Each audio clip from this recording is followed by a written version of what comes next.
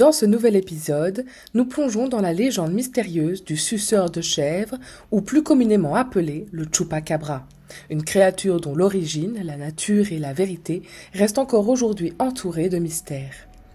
Bienvenue dans notre podcast Au-delà de la science, où la curiosité est notre moteur et l'aventure notre destination.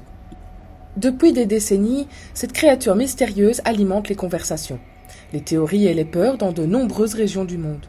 Aujourd'hui, nous allons plonger en profondeur dans l'histoire, les témoignages, les théories et les mystères qui entourent cette figure légendaire. Préparez-vous à un voyage au cœur de l'inconnu, où la vérité et la fiction se mêlent dans un ballet captivant. Tout commence en 1992, dans la petite ville de Moca, située dans la région montagneuse de Porto Rico. À cette époque, des fermiers locaux commencent à remarquer des choses étranges. Leurs animaux, principalement des chèvres, sont retrouvés mortes dans des conditions qui défient toute logique. Les corps présentent des trous parfaitement ronds dans le cou, comme si une force précise et ciblée avait perforé la chair. Mais ce qui choque le plus, c'est la perte massive de sang. Les animaux sont presque vides, comme si leur sang avait été aspiré. Les premières observations sont faites par des agriculteurs qui, en se rendant compte de la situation, commence à parler de créatures étranges rôdant dans la région. Rapidement, la presse locale s'empare de l'affaire et le terme vampiro des Moca apparaît dans les journaux. La peur grandit et les rumeurs se multiplient. Certains parlent d'un monstre nocturne, d'un vampire moderne ou d'une créature qui se nourrit du sang des animaux innocents. La légende du Chupacabra est née, alimentée par des témoignages, des photos floues et des carcasses mystérieuses. Les descriptions de cette créature varient, mais plusieurs éléments reviennent régulièrement. Selon les témoins, le Chupacabra est une créature de petite taille, généralement entre 1,20 m et 1,70 m, mais son apparence est terrifiante. Elle aurait des yeux rouges brillants qui semblent percer l'obscurité lors de ses déplacements nocturnes. Sa bouche est garnie de crocs pointus, parfaits pour perforer la peau et aspirer le sang. Ce qui est frappant, c'est qu'elle serait dépourvue de poils, ce qui la distingue de nombreux animaux sauvages connus. Certains la décrivent comme ressemblant à une chauve-souris ou à un reptile avec une peau écailleuse ou rugueuse. D'autres évoquent une silhouette agile, capable de se déplacer rapidement sur deux pattes, ce qui lui confère une allure presque humanoïde. Une caractéristique particulière qui alimente encore plus le mystère est la présence de deux marques arrondies à l'arrière de la croupe, évoquant des ailes ou des marques de griffes.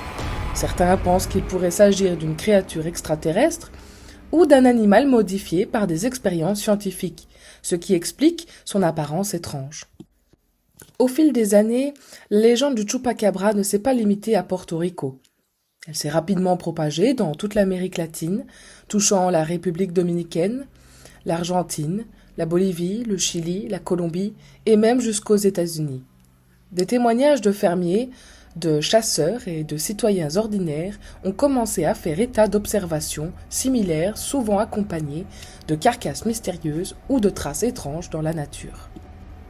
En 1997, une vague d'attaques est reportée au Brésil, où plusieurs animaux domestiques ont été retrouvés morts dans des conditions similaires. Certains témoins décrivent des créatures qui ressemblent à des chiens ou des canidés atteints de gale, une maladie de la peau qui peut déformer leur apparence, ce qui a conduit certains à penser que ces cas étaient simplement des animaux malades et mal identifiés. Face à ces phénomènes, la communauté scientifique a proposé plusieurs explications rationnelles. La plus courante est que ces carcasses et ces observations peuvent s'expliquer par des animaux sauvages atteints de maladies comme la gale ou la mange, qui déforment leur peau et leur apparence. La perte de poils, la déshydratation et la faiblesse peuvent donner à ces animaux une allure étrange et effrayante. Certains chercheurs avancent aussi que des animaux comme les chiens sauvages ou les coyotes, parfois atteints de maladies ou en état de dénutrition, peuvent expliquer bon nombre de ces observations. La panique collective et la propagation de rumeurs amplifient souvent ces images, créant un cercle vicieux de peur et de malentendus. Il existe aussi des légendes anciennes, comme celle de l'homme moustique en Amérique du Sud, une créature mythique qui aurait un long nez et sucerait le sang. Ces mythes locaux nourrissent la croyance en une créature sanguinaire, mais sans preuve concrète. Quant aux théories plus farfelues, Elles évoquent des origines extraterrestres ou des expérimentations génétiques secrètes. Certains pensent que le chupacabra pourrait être une espèce inconnue, un vestige préhistorique ou même une créature créée par l'homme dans des laboratoires secrets.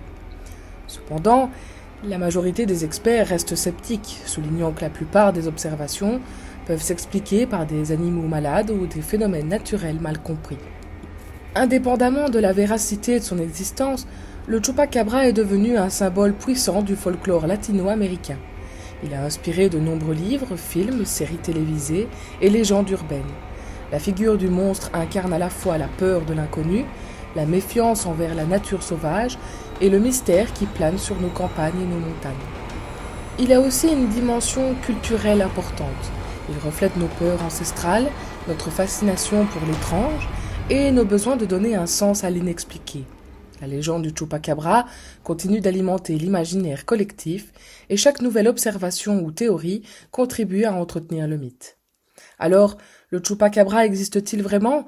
La réponse reste incertaine et probablement que nous ne saurons jamais avec certitude.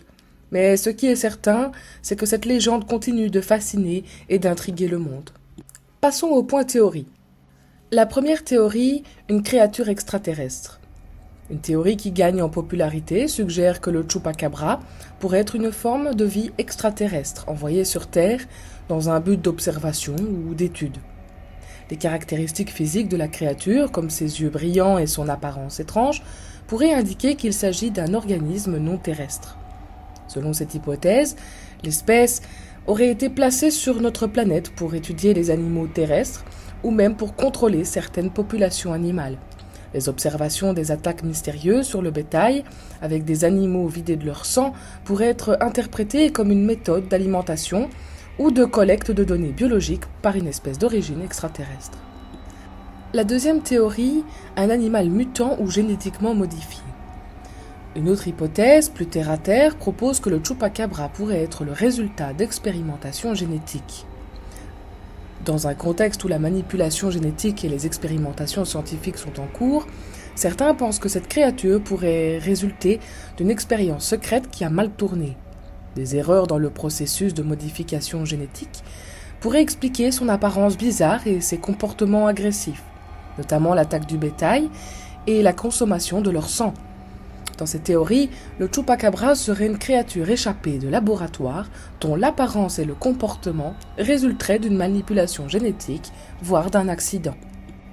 La troisième hypothèse, un prédateur inconnu encore non répertorié. Une autre possibilité est que le chupacabra soit une espèce animale qui n'a pas encore été identifiée par la science. Il est bien connu que des animaux, jusqu'ici inconnus, peuvent exister dans des régions éloignées et inaccessibles. De nombreuses espèces ont été découvertes dans des zones encore inexplorées dans la planète. Et il est donc plausible que le chupacabra soit une espèce de prédateur naturel qui n'a pas encore été répertorié. Cette créature pourrait être parfaitement normale du point de vue biologique, mais sa capacité à s'attaquer au bétail et à sucer leur sang pourrait être une caractéristique évolutive unique, adaptée à un environnement spécifique. La quatrième théorie, une créature folklorique née de la peur collective. Une autre approche théorique, plus sociologique, suggère que le chupacabra pourrait être avant tout un produit de la peur collective et des croyances populaires. Dans de nombreuses cultures, les créatures mythologiques ont été créées à partir de peurs et de récits collectifs. Selon cette hypothèse, les témoignages et les observations de créatures mystérieuses pourraient être exagérés ou mal interprétés. Un animal ordinaire, malade ou simplement inhabituel pourrait avoir été pris pour un chupacabra, et avec le temps, les histoires se seraient amplifiées, transformant cette créature en une légende vivante. Et d'autres termes, le chupacabra serait une construction sociale alimentée par des rumeurs et des peurs irrationnelles, plus qu'une entité réelle. Pour finir, la cinquième théorie, un canidé malade ou déformé. Enfin, une hypothèse plus pragmatique et biologique propose que le chupacabra soit simplement un canidé, comme un coyote ou un chien, souffrant de maladies telles que la gale, qui déforme son apparence. Dans ce cas, la créature aurait été mal interprétée en raison de sa constitution physique altérée. Un animal malade pourrait exhiber des symptômes tels qu'une perte de poils, des yeux rouges et une apparence généralement terrifiante. ce qui expliquerait en partie les témoignages décrivant le chupacabra. Les attaques de bétail pourraient alors être vues comme un comportement opportuniste lié à la recherche de nourriture par un animal affamé ou malade. Et voilà, c'est la fin de cet épisode, mais l'aventure continue. N'oubliez pas de jeter un coup d'œil derrière votre épaule de temps en temps, car les créatures sont peut-être plus proches que vous ne le pensez. Merci de votre écoute et à très vite pour de nouvelles histoires. À bientôt mes cryptofans.